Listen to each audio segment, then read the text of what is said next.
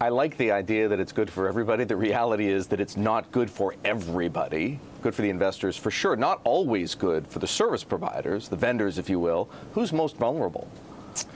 I don't know who's most vulnerable here. I actually think that if you're well positioned and the preparation is done, the most important thing about major regulatory reform is to prepare and be ready. A failure to plan and a failure to prepare is what leads to problems. So we're certainly ready. I think some of the big trading venues we see are ready. I think our clients are at different stages of readiness, and that's going to play out over the course of the next year. Talk to me a bit about that. I'd like to know what you're hearing from clients. Do they understand what these rules are? Do they understand the timeline on which they're going to be rolled out and how they're going to be affected? I don't think there's the level of understanding that people would like to have. And I think that stems from the challenge that we face, that some of the rules are still not clear. We got 2 months to go.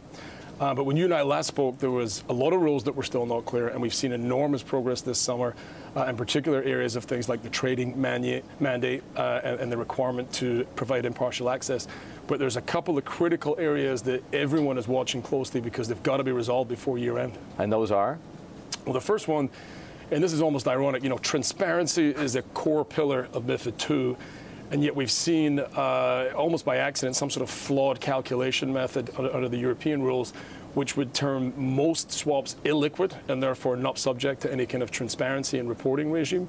And that's the complete opposite of what we've seen in the US. And so I think ESMA are aware that that's a challenge. We're working closely with them to try to resolve it. But it's critical it gets resolved because investors are paying for MiFID. One of the biggest complaints is the cost that these implementations bring.